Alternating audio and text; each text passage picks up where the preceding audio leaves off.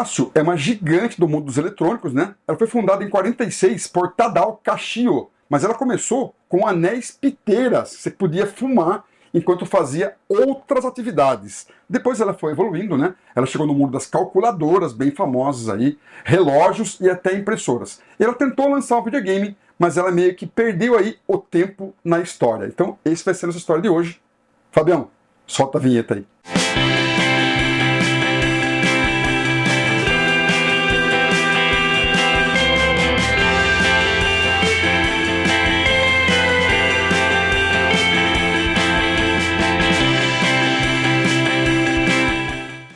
Fala pessoal, eu sou o Gilão e junto com o Fábio nós somos o Games que Pariu, o canal que fala de games e da história dos games. Tá sem a caixa aqui, Fabião. A caixa depois aqui em algum lugar.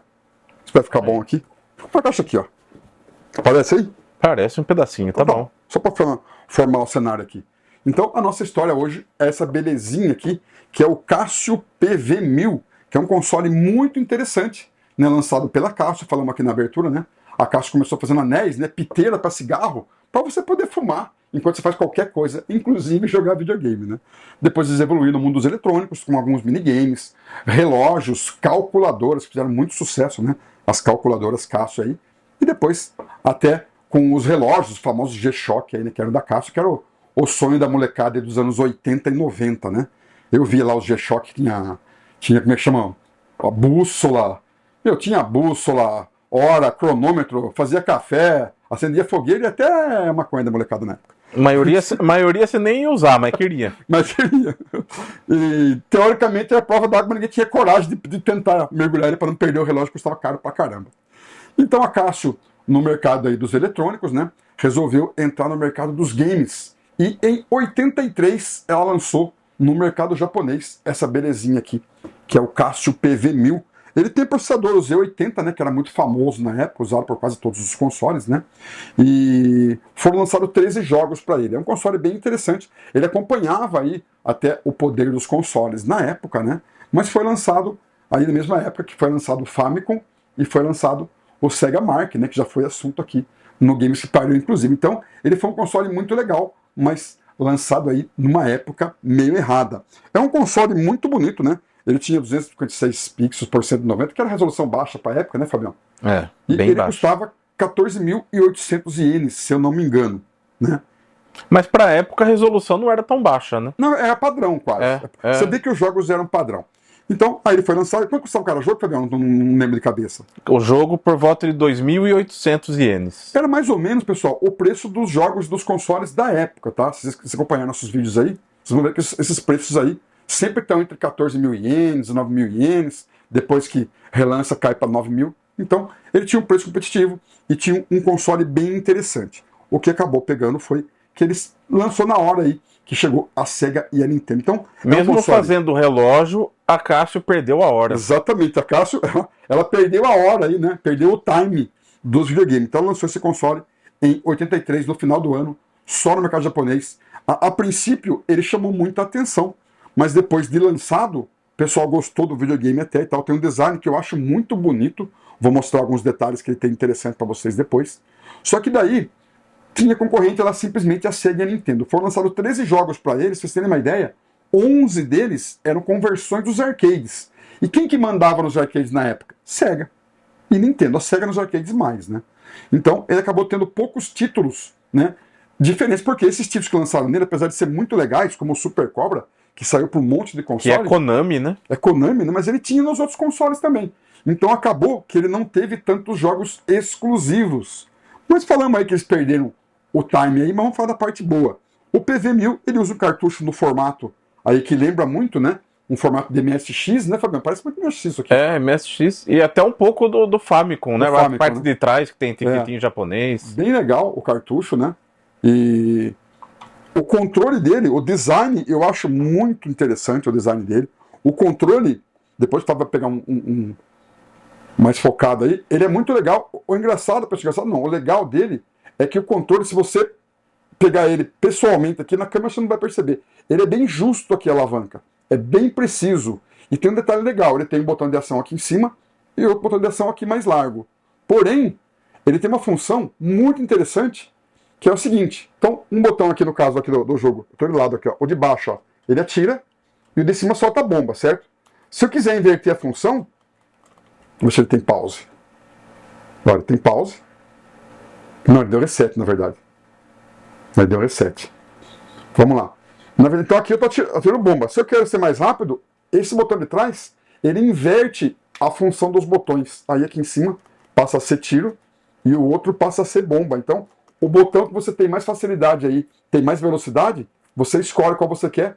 Tem uma chave aqui atrás que você simplesmente muda a função dos botões. Além da alavanca ser bem curtinha e precisa, ele tem realmente os 8 lados aí, as diagonais dele são muito boas. Então, é um controle muito bem feito. É um equipamento muito bem feito e muito bem acabado, que na época os caras não economizavam, né? Com o equipamento. E a Casio tinha uma fama no mercado já de ter bons produtos.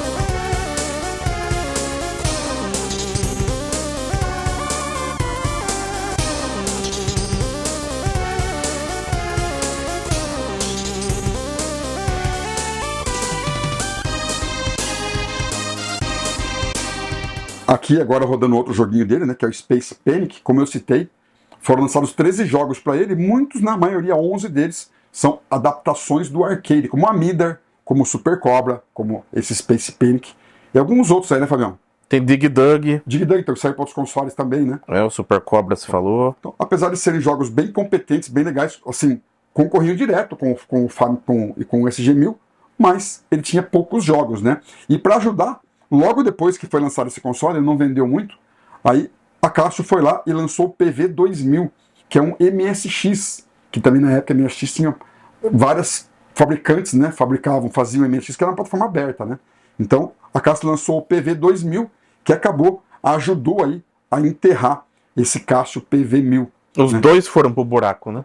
Então ela conseguiu com um outro lançamento afundar os dois consoles. Tanto que, conforme as pesquisas aí, foram vendidos 8.000 consoles. Pra você ter uma ideia da raridade desse aparelho, né? Foram vendidos 8.000 consoles. É um console que eu tive na loja para vender uma vez só, uma única vez, e eu sempre quis ter, porque é daqueles que o colecionador vê, né? Todo mundo que coleciona tem isso, né, Fabiano? Você vê um console diferente, você quer ter. E ele tem um design muito bonito. É bonito. Então, é um console que eu sempre quis ter. A cor é bonita, né? Bonito. E eu, sinceramente, eu gosto de coisa retrô. Eu gostei muito dele. E o controle dele é muito bom. Só você jogando, pra você ter uma noção da praticidade e da resposta desse controle aqui. Ele é muito bom mesmo. Foi um dos melhores controles que eu já vi. Só que, infelizmente, eles venderam poucos consoles, né? E no ano seguinte, eles já tiraram ele de produção. Não produziu mais. E curioso que a Casio errou 2 vezes, né? O time, né? Ela lançou esse junto com o Famicom lá e junto com o Sega, e lá em 95, depois ela lançou o Casio Loop.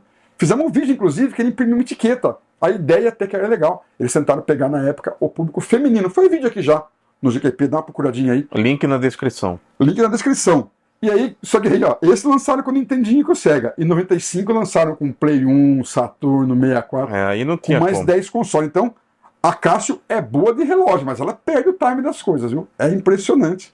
Os 2 consoles que ela lançou, ela perdeu aí o time do mercado.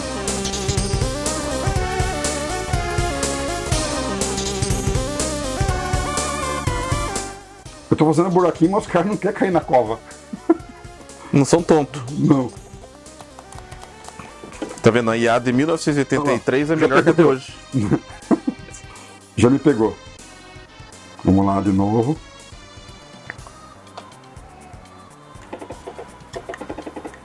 Como é que chama aquele cara, que você vai... Ele não vem, bicho. Veio. Aí, caiu. Aê, matei um, pelo menos. Algumas curiosidades, né, pessoal, que falam aqui que eles faziam aquele anel para fumante, né? E depois fizeram relógio, impressora, etc e tal. E o nome do fundador foi Tadao Kashio. Eu e o Fábio conversando, eu acho que o nome Cássio é pela pronúncia, né? Kashio. Cássio. Então, eu acredito que esse nome Cássio é em referência ao sobrenome. Dele. Se souberem da história, comenta aí, que eu acho que é muita coincidência, né? Esse Kashio do sobrenome aí virar o Cássio depois. Eu acho que até é bem provável que o nome da empresa seja derivado aí do sobrenome do fundador. Então, esse console, como eu falei, né? ele vendeu só 8 mil unidades. Foi descontinuado no ano seguinte, mas a Casio fez muita coisa, né? Fez impressora, fez MSX, fez vários relógios, o G-Shock, inclusive tinha relógios com minigames, aquele videogame. Tinha os videogameinhos, Tinha relógio com calculador, então a Casio é muito forte nos relógios. Calculadora. Muito forte. O G-Shock, inclusive, tem versão com Pokémon, que você meio que linka ele com o Pokémon, o relógio da Casio, e tem recentemente agora um G-Shock do Mario. Então, alguma parceria eles fizeram com a Nintendo aí para tentar acertar um pouco no mundo dos games, né? Só assim, né? Com o relógio e o videogame, para eles conseguirem acertar aí no mundo dos games. Então, esse é mais um console que eu gosto muito, que eu acho ele bem diferente, bem exótico, né? A maior parte das vezes, o exótico é sinônimo de ruim. Mas nesse caso, ele é só exótico mesmo, porque ele é um console muito legal. Ele ficou aí limitado a poucos jogos, né? E por ser lançado numa hora errada aí no mercado dos games. Mas é um console muito legal. Então comenta aí se você sabe da história do caixa e do nome, se você usou a piteira lá para fumar e você já conhecia esse console Casio PV1000. Então, segue aí, clica no sininho, né? Comenta aí no vídeo que é importante pra gente e até o próximo Games que Pariu.